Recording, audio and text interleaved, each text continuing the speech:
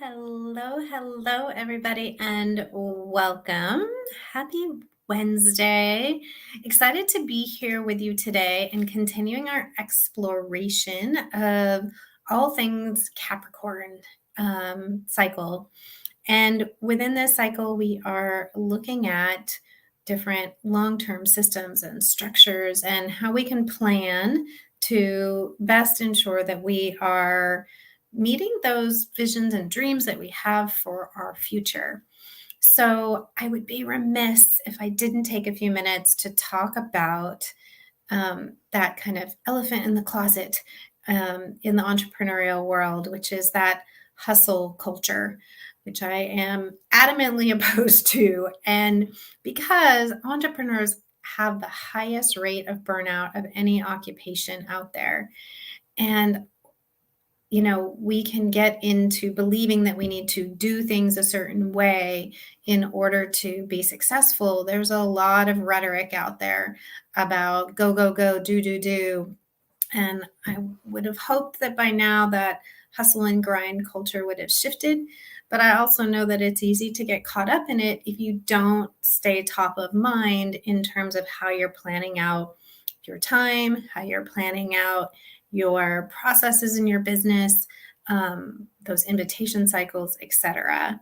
So what I know is you don't have to be one of those statistics. You don't have to get burnt out in your business. With a little bit of intentional planning, you can ensure that not only your business is thriving, but you are too. So I wanted to share with you a couple of steps that will help you on that journey. Ensure that you are taking care of you as you are setting up your planning structures. So you really keeping you in mind is so important. So the bottom line here is you are your business, right? As an entrepreneur, you are, not a machine. This, we've talked about this a bit before, these productivity cycles and thinking that we have to be productive all the time. We have to be at our desk from 9 to 5 if we're going to be, moving the meter. And as usual, I'll ask what's true about that. That hustle mentality will wreak havoc on your business, not nurture it. Because eventually your body will give out. Your energy will dip. It is just the natural flow of things that we have an ebb and flow in our own personal motivational cycles. And so that happens on a day-to-day, a month-to-month, over its different seasons of our personal energy. So we can't sustain that kind of ongoing effort day in and day out. Busy isn't better.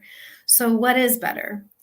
Honoring that you have your own flow, that there is not just one way, there is your way. And maybe what works for you is splitting up your investment of your own most precious resource, time, in your day, working a bit in the morning and taking a midday break and then doing a little more in the afternoon.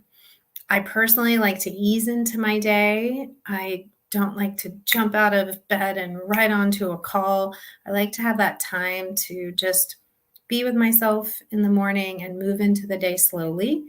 I will often take breaks in the midday or the afternoon, and then sometimes I just need the creative juices come in the evening and I'll sit on the couch and knock some things out. But that's my flow. For other people, it's, they're night owls, or their morning is their best time to really be inspired. And it's not about being productive. I would love if we could just ditch that word. It's about when are you most inspired to work on your business and in your business, on and in. In our business, there's the client time where we're doing those things that we love, where we're making a difference in other people's lives. And that requires a specific amount of your energy, and planning that accordingly is really important. How many client calls, if you're doing one-to-ones, do you want to take in a given day? And when are you best able to do that? I shared office space at one point when I was doing more spiritual life coaching, and with a woman who she would have 8 clients in a day. Oh, there was just no way I could do that kind of give that much of myself and be still filled up. So honor your own flow, whatever that looks like, both for when you're working in your business with clients and when you're working on your business. Um, Find your way instead of trying to like fit into some productivity model of I must be working Monday through Friday from these hours to these hours. Craziness. It's not sustainable. So number two, the other piece is that, like I said, as an entrepreneur, you are your business and you really need to nurture yourself. So you got to create a schedule that works for you, not one where you're shooting yourself. Um, because if you deny your own basic needs, human needs, you're going to hustle yourself right into burnout. And so, a schedule that works for you, planning that works for you, includes, in my opinion, time daily, weekly, monthly for you to recharge. And putting it on the calendar is a really powerful way to do just that. If you're not a person who, everybody's different, again, not one way, just your way. Some people are really powerful with routines and they've got their morning routine and their midday routine and their evening routine. I ebb and flow with my routines. And so making sure that I block time where I'm not taking clients calls, where I'm taking, walks with friends, taking the dog for a walk, spending time with my granddaughter. I always block Friday afternoons. I don't work on or in my business Friday afternoons. That is my time to tell my brain there's a shift. But for other people, maybe Saturdays really work for you. So, but infusing that nurturing with your own flow. So, first, creating that flow, honoring your own flow. And then, two, infusing these pieces, the nurturing pieces of time into your day, into your week. That's how you keep recharging that battery and keeping things flowing and keeping you out of that burnout. You cannot deny our basic human needs, like going through every day and not stopping for lunch or, not getting up and moving your body is not taking care of the most important asset in your business, which is you. Number three, and the thing that I have just continued to lean more and more into and obviously teach more and more around these days, because I just think it is so incredibly powerful, is to plan with cycles in mind. There are natural rhythms and ebbs and flows. We talk about them here in the Heart Powered Coaches and Healers Collective in terms of, the focus of each lunar cycle, each solar cycle. There are times that are going to be more powerful for certain things. There are times that people will be focused on different parts and pieces. And if we are honoring that and speaking to it and leaning into it, it's going to make a huge difference in your own personal flow. So, and even if you're not working with astrological cycles per se, there is still an opportunity to create your own rhythm and your own flow with spacing out the cycles within which you are making invitations to people to join to work with you, whether that be in programs or one-to-one, spacing out those cycles because there's more of us needed in that energetic space when we are making invitations. So maybe you do one-to-ones and you are, and you're having, conversations with people to invite them into that world.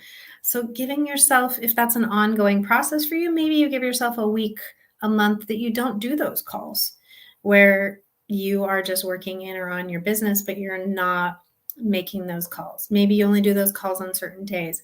Maybe on a bigger picture, you find a flow that really works for you because maybe you're taking family time, you're more focused. I had a client, she said, I have multiple clients who say, basically from the end of November through the beginning of the year, that's their downtime, their family time. So ensuring that everything's wrapped up with a nice bow on it before then, so that there's not pieces to pick up in that time period is really powerfully important. So to recap, want to make sure that you are taking care of you. It is such a gift that you are sharing your magic with the world and helping to raise the vibration of this planet and change people's lives. And you can't do that if you're exhausted, overwhelmed, and burnt out. So, a little bit of planning goes a long way to helping keep you out of that vicious cycle of hustle and grind. So, number one, honor your own flow.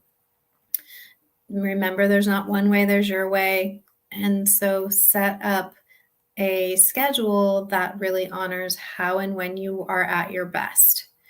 Number two, ensure that you're not denying yourself that basic need of self-care and that you're taking time to recharge your battery. Every single day, every week, every month, don't get to the place where you've run yourself ragged and now you can't work for a week because you're exhausted, you're sick, etc. Self-care is not selfish. It's how you nurture yourself and how you nurture your business. And then lastly, plan with cycles in mind. If you want to work deeper with the astrological cycles, come join us in the lab. The membership group we are really working to find each person's flow within the different astrological cycles. And I'd love to talk to you more about that if that's something that interests you. Just drop me a message or say, make a comment here. Tell me more, Sherry, and I'll reach out. But even if you're not going to use astrology for cycles, we each still have our own ebb and flow within our life that makes sense for us. And so spacing out your enrollment conversations, spacing out your invitation cycles, spacing out your launches, so that you can really be at your best. And so that your energy is up, because it's all energy. We're connecting with people energetically. And when you're low and you're pushing, people feel it. They can feel it in your writing. They can feel it in your posts. They can feel it in your energy. And so find a way to create a plan, that longer term vision that takes your own personal cycles and collective cycles in mind. So I hope you found this helpful. If you're watching the replay, #replay, let me know your thoughts on this. And if you have questions about any of it, please let me know as well. And remember, as always, all it takes is a little bit of heart power, and I will see you soon.